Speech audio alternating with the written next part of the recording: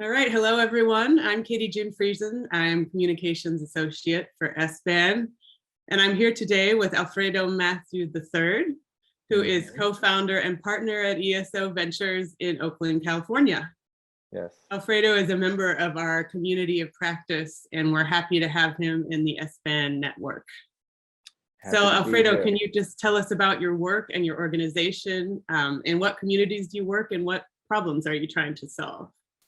Sure. Well, thanks for having me, Katy, and great to be a part of the SBAN network. Just getting to know you all, but really appreciate your focus, your intentional focus on disinvested communities and small businesses and how to help communities thrive.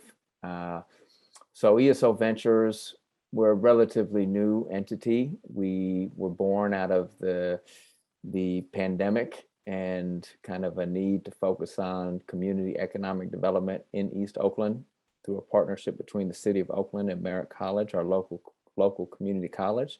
We originally just started as a pop-up business incubator, right? To really think about how to support small business owners, home-based businesses, sole proprietors who were impacted by the pandemic in East Oakland, how to get folks, what they needed to be thriving. And we've recognized just through doing this work that there was really a lot more that had to be done and that there's an actual business opportunity in supporting other small businesses. But what we're seeing in Oakland, like in other communities, tremendous disparities. I want to say that the typical Black business in East Oakland is worth about $66,000 compared to the typical white business in Oakland being worth $300,000. I know Oakland was about a 50% Black city in the 1980s, and today it's in the low 20s, right? For a long time, it was 25% Black, 25% Latino, 25% white, 25% Asian. Like it truly is one of the most diverse places in the country. But I know that the Black population is declining. And so there's an intentional focus by a lot of people, including ESO Ventures, to support Black business owners, right? 80% of our entrepreneurs identify as Black, majority of Black women, and they want to create businesses. They want to stay in their community. They want to create jobs and opportunities for others. And so I imagine many of your SBAN members have that kind of intentional focus.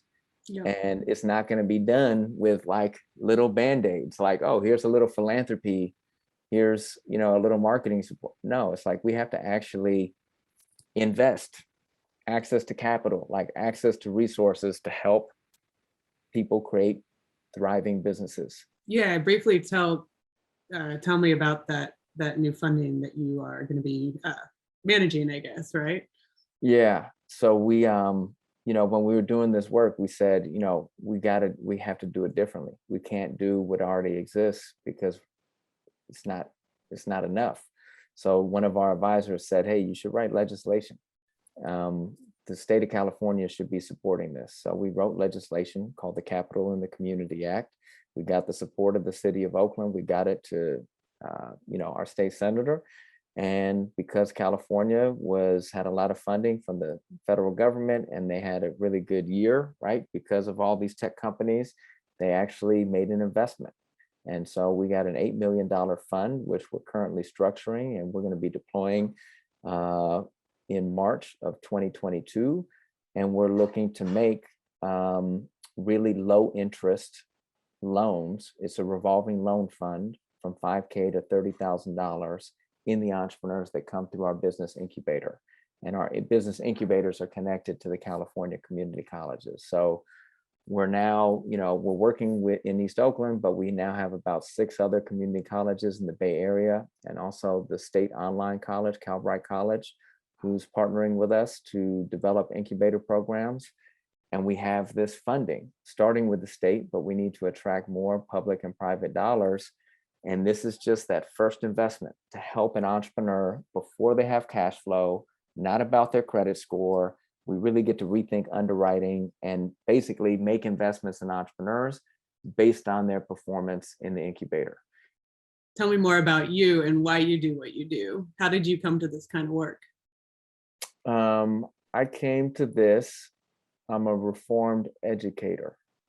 So I was a teacher. So my parents were educators and teachers, and I was a teacher originally in the South Bronx, then in California in East Oakland. And I love young people. I love working with young people. I love supporting young people. I think I'm about human development, people development, like youth development.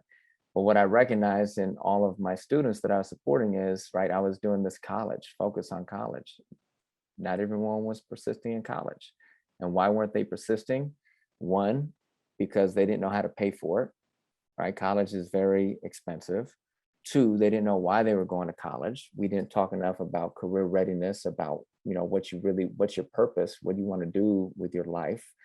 And three, social capital, right? Like if you're from the South Bronx, if you're from East Oakland, and now all of a sudden you're going to SUNY New Paltz, you're going to UC Santa Cruz, and you can't make that transition, and you can't be out of the workforce for 4 years. It just didn't seem like that's the model. And so I got into career readiness. I was a nonprofit director for 5 years here in the Bay Area, doing youth entrepreneurship pathways. And then I recognized this isn't real, because there's no money for these young people to start businesses. There's no incubators to help young people start businesses. If you have a high-tech business, you're coming out of Stanford, sure, there's accelerators, there's an ecosystem, but not if you're coming from East San Jose, from East Oakland, and you just want to be a small business owner. Like, where do you go to get the support? Where do you go to get that $20,000 to get your business going? Those things in the Bay Area don't exist, and the community colleges were not really stepping in to fill that gap. So with ESO Ventures, we have an opportunity to actually help to create some of those public-private partnerships to really fill that gap in the ecosystem, not for the high-tech accelerator world, which is where everyone is and everyone wants to do this. We're at the very beginning stages.